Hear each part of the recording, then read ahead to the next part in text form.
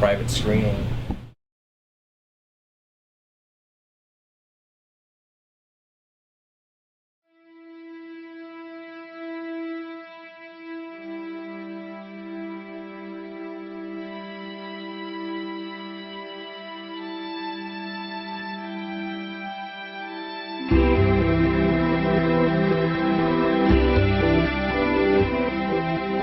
Joe's Place is a home for boys in the Maplewood Ridge United School District who need a stable environment during the school week, during the school year. And it's labeled as a house for homeless boys. Okay, everybody, you guys just smile. 1, 2, 3.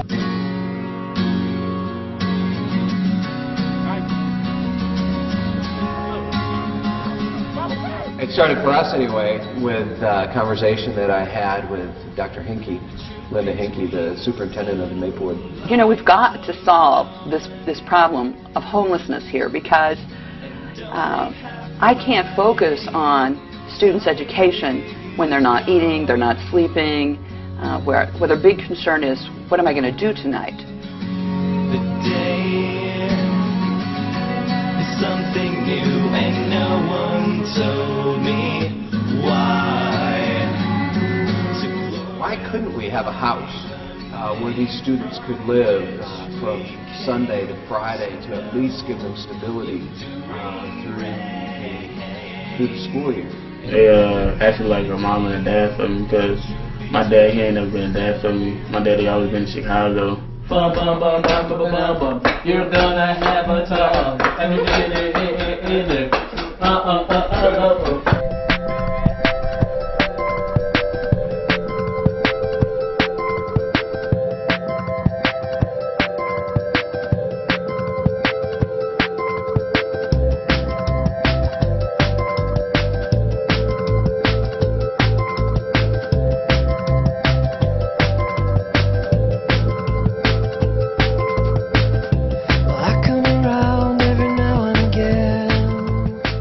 They're turning into really outstanding young men. I know they're going to make a difference in the world. A paradigm shift is a complete shift. I mean, it's like a complete change of what the world looks like and is, and so it's hard for a lot of them to come here, and they have to give up a lot. I think they put something in his life that he needed, in a direction that helped him find the way that he really wanted to be and to go in, and I'm grateful to them, and always will be.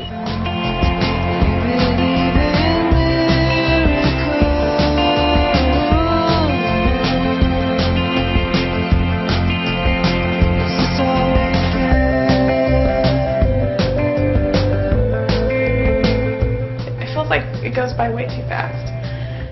I never thought that we'd get to this day, because it's a big deal. For the sun to rise, there's a space in the clouds where the two of us can hide. Do you believe in miracles?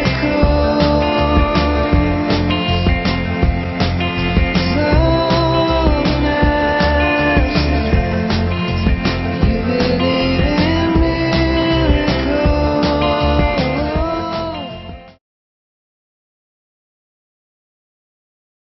What do you think of the film, yada yada. And so we basically came on board at that point to be executive producers and to make sure that the film carried through and to complete the film. And we were there all the way through from then on out and created the graphic art, the graphic design, the poster, created the poster, and also that poster made it on the cover of HECT magazine. And to this date, the film has raised over $25,000 locally for the Joe's Place home. Wow. As well as tons and tons of world coverage. So we have interest from People magazine right now. There's an interview and article that comes out this fall. That is wonderful. I mean, yeah, and I watched the trailer, like I said, got to see the guy who owns Joe's Place and all that. And what a wonderful concept, helping these boys, just Monday through Friday, get through because they have a rough time, Yep. at their homes or whatever, and help them have a good week at school. So, and that's great that you guys have done that and given back to the community per se and helping these the homeless kids. That's wonderful. We really have to credit Matt Seelbeck because he was there and did the videography and documented them for over a year and did the editing, but the film it really grew in the last year when we were going through the editing process and development of the storyline and so forth, and we were really grateful that David Oyelowo came on. He's an A-list actor that's out of England and is now transitioned to Hollywood, and he's the lead actor in Rise of the Planet of the Apes that comes out this fall. So he's the narrator of the film. And so we're very fortunate that we had him to come on board and donate his time for that great cause. And one thing that's very important to know about Joe's Place is that the boys want to be there. They want to better their lives, and they find this as a stable environment to better their lives. And I think that's fantastic. I think they're on this year will be their 5th round. Wow. Now Carlos Valenzuela's involved with that project as well. Yes. Okay. That's great. And you raised over $25,000 for a homeless shelter. Wow. They did that with the screening, with the premiere screenings. We had several sold out. Sold out. I saw that. I saw you guys had yeah. We were pretty excited to be a part of that. So I credit that to the film itself and to the board and to the volunteers that came on board at the beginning and donated money to get the film up and running.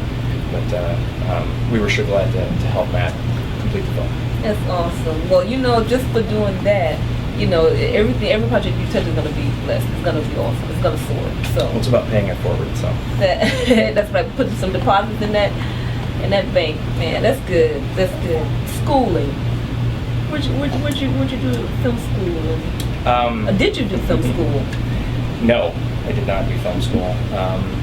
Basically, I was in the entertainment industry for 17 to 20 years, in the music entertainment industry. And I decided in 2007 that I had interest in film and wanted to make the transition.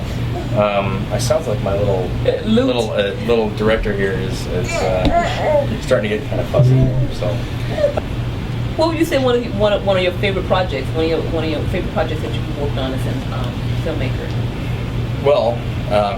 I kind of have to say Bats in the Clock Tower because I dedicated 2.5 years of my life to that, and that takes a lot of dedication to continue with that story when it was originally just perceived to be a 15-minute short, and it just kind of kept growing and growing and growing and expanding until finally it snowballed at the very end, and we're like, okay, it's wrapping itself up, and so I would have to say that's one of my favorites. But there's a lot of great projects that I've worked on. I'm executive producer for Ryan Greger's film, The Heart Final Pulse, and I enjoyed working on there. I think that Ryan was able to bring out some of my best acting abilities, so I give him kudos for being a great director. Yeah, Ryan. And so I enjoyed those moments. I've enjoyed moments with Corner Film Productions as an actor on their set. They have a film coming out called Casualties of the State. And then just working on their sets in general. We just finished the 48-hour film festival project, and I'm one of the producers for that as well. And in fact, I think pretty much screened to a capacity crowd last night at the festival. And so that was exhilarating. It was good. Okay, man, you're all over the place. And because I've had Corner Film on the show too, so it was great to showcase them. Very talented. I mean, St. Louis, we have some talented artists here, and filmmaking and stuff like that. So we're gonna rock the world. There's no doubt in my mind. What are some of your upcoming events you want to tell the world about? Some of your upcoming ventures? Well, obviously, I want you to stay tuned for more sneak peeks from Bats in the Clock Tower. We're hoping that it's chosen for some of the local festivals here in the St. Louis metropolitan area, and so we can really give it its world premiere here in St. Louis and really bring it out. I would like for people to go out and check out Joe's Place and watch for some of the screenings that's going to be coming up for that. We're going to be doing some more screenings this fall. And there's some short films that we're going to be working on in the near future that both me and Ryan have kind of been chopping at the bit to work on. And there's a feature film that we've been signed on contractually to work on. I'm not at liberty to release the name of the film yet, but it has a pretty extensive budget, and I'm really looking forward to being one of the producers. The producing team for that film is called Catcher Blake and Stoltz, which we recently created, Catcher Blake and Stoltz LLC. So it's my catcher, Donnie Blake, and myself, and then Carrie's also part of the Stoltz as well. And so we're looking to take on various projects of different genres to help take them to the next level. So I'm excited about that. Okay, and I'm excited about that film too. So this you got a lot going on. That's one of those nudge. I'm so proud to have you here. I'm always so proud to showcase our artists. But I tell you, the world knows that acting is kind of my love, and so when I have these producers and executive directors and filmmakers and writers like myself on the show, I call them my babies, because that's my world. I love that stuff. So I'm excited about the things you have going on. I'm excited about what you're doing, and I can't wait to see more from SCS Films and Blake Catcher. It's Catcher Blake and Stoltz. Catcher Blake and Stoltz. And it's SCSSTUDIOFILMZ.com. That dude, and Ryan Gregory, he's just all in the mix. He's all involved with that. I love Ryan. He's an awesome guy. He's sitting over there watching us now. We can't forget David Kelly. He's over here. David Kelly's been on the set now with us for going on 2 years pretty much, right? Is that right? As set photographer, and he has really grown as a set photographer. And he was recently, he got to be set photographer for the 48-hour film project with Corner Film Productions, and I watched him just blossom as a photographer. Good deal. And even brought that out to him last night. We just had a conversation about it. Okay, I know he's been all over the set here today too. I'm like, Vogue. It's hard to be ready for him. Well, he was director of photography for Ryan's film, The Heart Metal Pulse. Okay. So, you're really going to see, this team that we've been working on together for a couple of years. I look forward to future projects where we shift roles and delegate the responsibilities in different manners and allow each other to shine in our own creativity. So, there's no I in team at all. That's good. And I'm glad to hear you say that. There's a lot of eyes running around St. Louis, but I'm glad. So I'm glad to hear that filmmakers are coming together to make something happen, making it positive and lifting each other up, and that's important. How thankful could we be, or how grateful could we be that there were 60 teams that showed up and competed in the 48-hour film festival project, and those are all young and new and upcoming, as well as seasoned filmmakers. And then you have this entire other film industry that's out there that is people that's been doing it for a long time. And so we have an incredible amount of talent in St. Louis. And I believe that they are working together. Some of them have been doing it longer, so it just depends on where their priorities at, as far as maybe they don't have the time to work with the younger and upcoming filmmakers. So nobody knows what those situations are except for those people who are in those situations. So you have to respect each other for what they're doing, because they may not even know that they're not working with somebody because they've got all their own stuff going on. And you got to think about it. Everybody starts somewhere and everybody's doing something. And there's some people that are hungry for the teamwork, and they may not get it. That's the point of time. Some people are hungry for the teamwork, want to see people working together like what you guys are doing, and that's a big deal, to see people. Even with the film festival, I was so proud. Eric picked up the phone and called me. Benita, what are you doing today? Oh, I'm running. I'm trying to find a place to do. I want to do my show in front of a live studio audience. I'm gonna do it. Hey, well, we need an extra person out there. I stopped, drop, and roll. If it's the day in front of, I stop. Like I'm putting out a fire. Stop, drop, and roll. I'll be there. And so I got a chance to be the orange guy on that film. So that made me feel. And you beat him quite well. Did I beat him quite well? Yeah. He got a major beat down, right? But so it's great when people collaborate and work together. So that's a good deal, man. That's a good deal. Any final words you want to tell the world before we bring everybody in here? I just want to thank the Benita Show for having SCS Studio Films come on and give the world the world premiere teaser for Bats in the Clock Tower. I want to thank my wife Carrie and my son Luke for being very patient and also loving the craft and the creativity that we work on together, as well as having a fabulous team that I have worked with. I have many different associates in the film industry here that I'm going to give a shout out to. So we have Corner Film Productions, we have RBG Studios, we have Force Power Studios, we have Ellie's Doghouse Productions, and Ant Max Entertainment. That is the newest, well, I shouldn't say the newest because we worked together a couple years ago and then we reformed this alliance, which is fantastic.